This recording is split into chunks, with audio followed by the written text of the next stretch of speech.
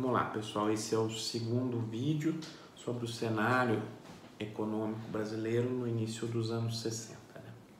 A gente finalizou o vídeo anterior com uma pergunta provocativa sobre interpretações a respeito do desenvolvimento e buscando estabelecer uma relação com o plano de metas. Né?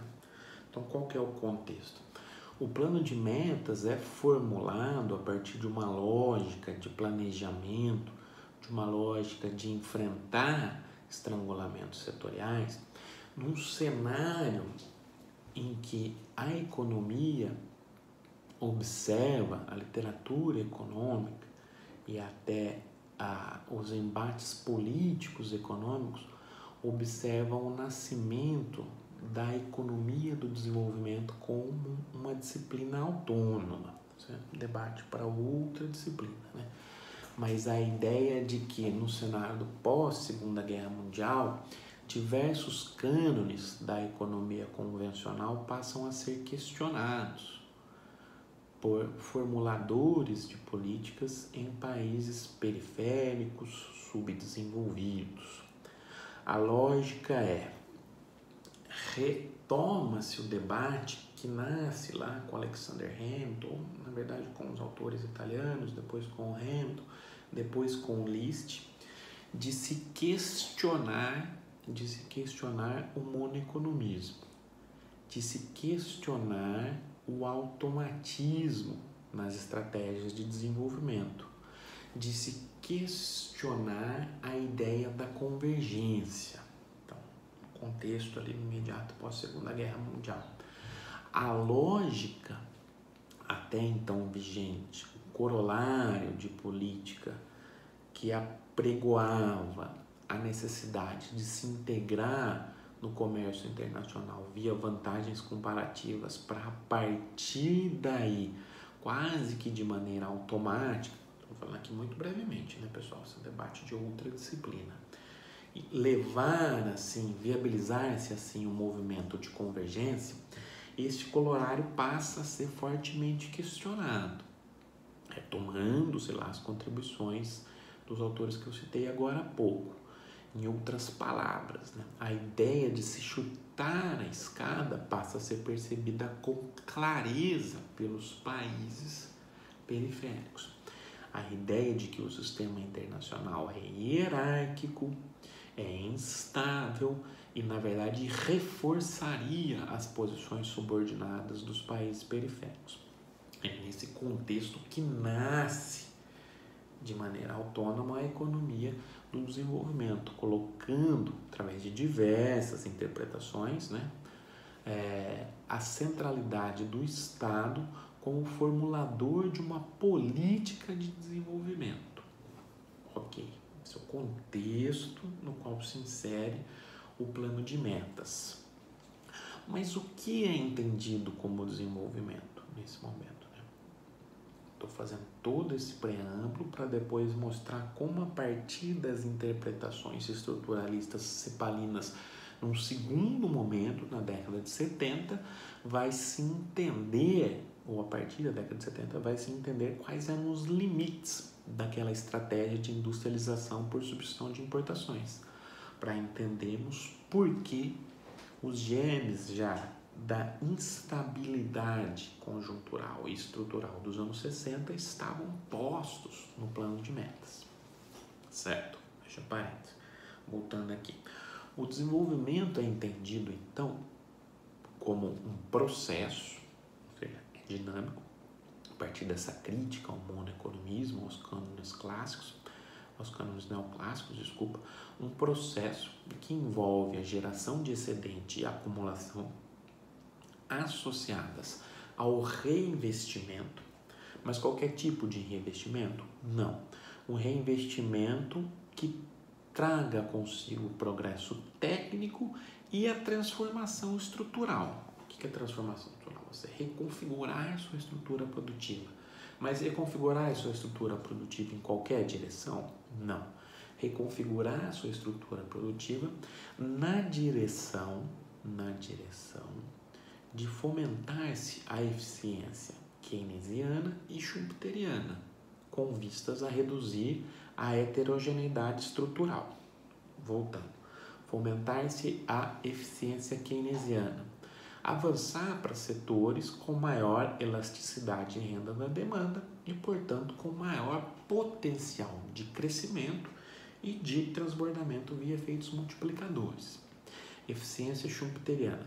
Avançar para setores e atividades de maior intensidade tecnológica e com maior capacidade de endogenamente fomentar o dinamismo inovativo, no sentido de aumentar a produtividade e espraiar essa produtividade para a economia.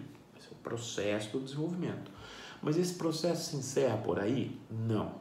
Ele tem que ter como objetivo fundamental reduzir a heterogeneidade estrutural. Heterogeneidade na dimensão produtiva, na dimensão social e na dimensão regional. Ok. Fomentar melhores condições de vida para a população. É nesse cenário que eu estou entendendo o plano de metas. O plano de metas, então, é forjado no momento em que a correlação de forças políticas domésticas e internacional ruma na direção de se atribuir uma centralidade do papel do Estado no desenvolvimento, mas dentro desses marcos. Esses marcos vão ter limites, como a gente vai discutir daqui a pouco, para uma estratégia nacional plena de desenvolvimento. É isso que a gente discute nos próximos vídeos. Ok. E como essa formulação ocorre? Já viu, olha, estou associado ao capital internacional. Isso vai ser um problema no sentido de posteriormente contornar limites estruturais maiores, como a dependência tecnológica e a dependência financeira. Isso vai ser um problema para contornar alguns desequilíbrios conjunturais, como o estrangulamento do balanço de pagamentos já no final dos anos 50 e com mais ênfase ao longo dos anos 60. Certo? Mas esse processo vai ser formulado de qual forma? A partir do tripé e a partir de uma lógica de planejamento prévio. Para enfrentar, a partir dos diagnósticos, como a gente já disse, Comissão Mista Brasil-Estados Unidos, Comissão Mista CEPAL-BNDE, a partir de uma lógica de planejamento. Uma lógica de planejamento científico. A ideia é entender quais são os pontos de estrangulamento da economia, quais são os potenciais pontos de estrangulamento e atuar nesses pontos, estabelecendo um paralelo com a leitura do Albert Hirschman, que vem um pouco depois desse momento, um paralelo a esse momento. Ele vai falar, olha, o desenvolvimento é um processo essencialmente gerador de desequilíbrios. Olha só a volta que a gente está fazendo para entender os desequilíbrios da economia brasileira nos anos 60. Ele é um processo essencialmente gerador de desequilíbrios. Por quê? Porque eu preciso atuar em determinados pontos para gerar desequilíbrios na economia. Não estou falando de desequilíbrio monetário, inflacionário, não é isso, mas para reorganizar as relações entre os setores na matriz insumo-produto, gerar desequilíbrios para, através de linkages, de encadeamentos, ativar o circuito gasto-renda e viabilizar outras decisões de investimento. Poxa, professor, está confuso. Calma, o Hirschman vai falar, olha, a base ali sobre a qual o plano de metas também dialoga. O Hirschman vai falar, olha, as economias periféricas têm uma dificuldade grande de efetivar decisões de investimento. Mas quaisquer decisões de investimento? Não. As decisões de investimento que levem a um processo de transformação estrutural. Então, a habilidade para esse tipo de investimento, não cabe aqui a gente discutir os porquês, mas vocês imaginam, tem relação com a correlação de forças com a economia política por trás? a dificuldade de viabilizar esses investimentos é grande. Então o Hirschman vai falar, olha, eu preciso chacoalhar a economia, eu preciso ativar essas decisões de investimento. Mas para ativar essas decisões de investimento, eu preciso gerar alguns desequilíbrios entre os setores, entre as atividades. O que ele está falando? Vamos ilustrar. Se eu trago uma empresa automobilística, eu vou ter uma maior demanda por peças de aço. Se eu tenho maior demanda por peças de aço, eu vou ter mais demanda para siderurgia. Se eu vou ter mais demanda para siderurgia, eu vou ter mais demanda para metalurgia. Eu vou ter mais demanda para extrativa. E assim sucessivamente, eu vou puxando. Então ele fala, olha, não dá para eu planejar tudo de uma vez e fazê-lo, até por questões limitantes do financiamento e também do planejamento por parte de um Estado atrasado. Então, como eu faço esse processo? Eu encontro alguns pontos centrais. Quais pontos são mais centrais? Aqueles que geram maiores desequilíbrios, aqueles que travam mais o desenvolvimento e aqueles que teriam maiores potenciais de encadeamento, de linkages. E atuo nesses pontos e procuro planejar, na medida do possível, outros investimentos complementares. Essa é um pouco a lógica do plano de metas. Então, eu avanço em determinadas metas, tento integrá-las, mas tenho problemas, é óbvio. Isso vai gerar alguns desequilíbrios e esse desequilíbrio vai gerar novos investimentos. Desequilíbrio aqui nos termos positivos. Olha, eu tenho um desequilíbrio entre oferta e demanda no sentido de que eu tenho um salto do investimento, um bloco de investimentos concentrado no tempo, que vai gerar uma demanda importante de equipamentos, de máquinas, de insumo, de outros setores. Opa, esse setor sofre com estrangulamento, um desequilíbrio, né, Matheus? Se ele tem um estrangulamento, mas ele tem uma demanda aqui, que ele está sendo pressionado, o que ele faz? Investe. Porque o investimento, não, é óbvio que não é automático, é o planejamento, mas o investimento está sendo puxado. E esses linkages e encadeamentos. Essa um pouco é a lógica sobre a qual é construída o plano de metas. Então, ele vai trazer consigo um conjunto de desequilíbrios. Desequilíbrios nesse sentido conjunturais, que a gente vai discutir depois. Mas, além disso, há diversos outros desequilíbrios estruturais. Desequilíbrios conjunturais, isso vai bater em inflação, isso vai bater em dificuldade de financiamento do setor público, isso vai bater em dificuldade de financiamento externa, isso vai bater em algum momento numa desaceleração do ciclo. Esses são os desequilíbrios conjunturais. Mas há um outro conjunto de desequilíbrios estruturais, que depois vão ser colocados com maior clareza pelos autores estruturalistas cepalinos. O que são esses desequilíbrios estruturais? Olha, o plano de metas é pensado dentro de um arcabouço do nacional desenvolvimentismo, A lógica é avançar na industrialização por substituição de importações. Por quê?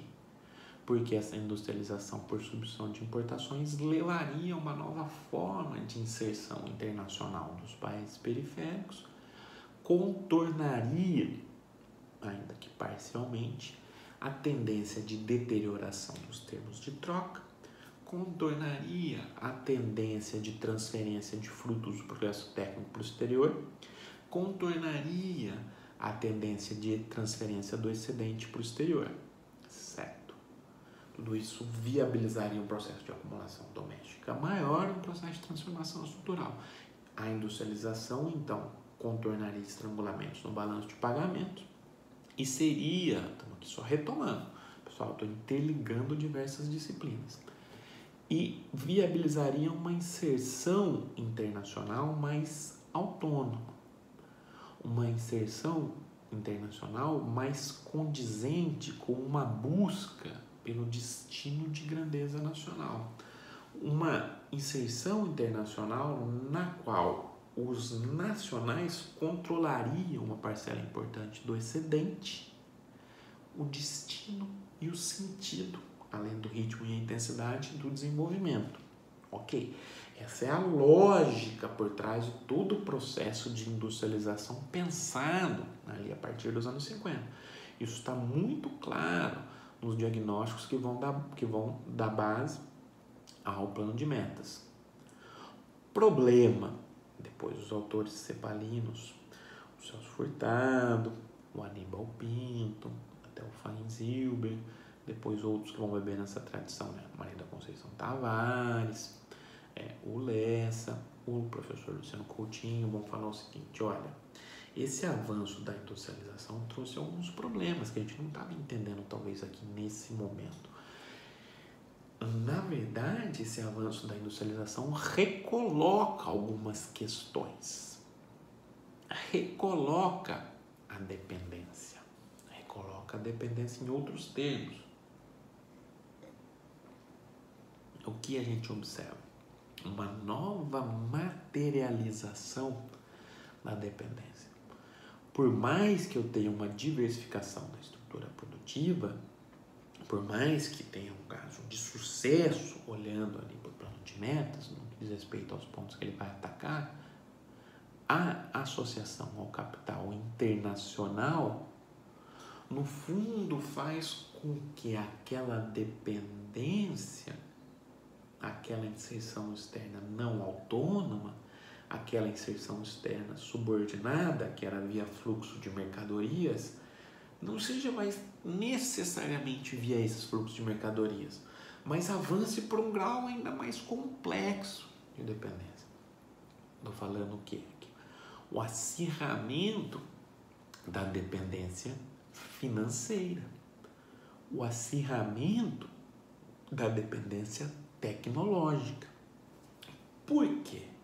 Porque o plano de metas só avança também e principalmente porque está associado a esse movimento de internacionalização do capital. Porque as empresas multinacionais têm um papel central nesse avanço da industrialização. E em quais áreas? Nas áreas mais nobres, tecnologicamente e financeiramente. Então, na verdade, há uma modificação dessa materialização de uma inserção externa dependente. Isso vai trazer limites depois para novos ciclos de crescimento e limites estruturais para o desenvolvimento. Na medida em que você reforça a sua dependência financeira, em outros termos, financiamento externo, e na medida que você reforça a sua dependência tecnológica, dado que você não consegue criar um núcleo endógeno de progresso técnico, uma vez que é dependente das empresas multinacionais. Então, essas são duas apenas das limitações estruturais, dos desequilíbrios estruturais que vão estar muito presentes na economia brasileira nos anos 60, que já tem seu germe no período anterior, no sucesso do período anterior. Há outras limitações, depois a gente vai discutir com mais calma, né? Que a CEPAL também vai colocar. Olha, a gente avançou nesse processo de industrialização, mas além dele reconfigurar a dependência, além dele reconfigurar a forma de inserção, tornar mais difícil ainda essa superação, ele, na verdade, ele não contornou aquilo que a gente imaginava que poderia ser contornado, que é aquilo que deveria ser contornado num processo virtuoso de desenvolvimento, como que eu comecei esse vídeo debatendo exatamente isso. Ele não contornou a heterogeneidade estrutural. Ao contrário, ele reforçou a heterogeneidade estrutural. A gente vai debater isso depois, as diferentes interpretações sobre a raiz da concentração de renda nos anos 60 na economia brasileira. Ele reforçou. Então, ele reforça uma heterogeneidade estrutural na dimensão produtiva, na dimensão social e na dimensão regional. Então, preciso entender os limites, os desequilíbrios que já estão intrínsecos a esse avanço do processo de industrialização por substituição de importações.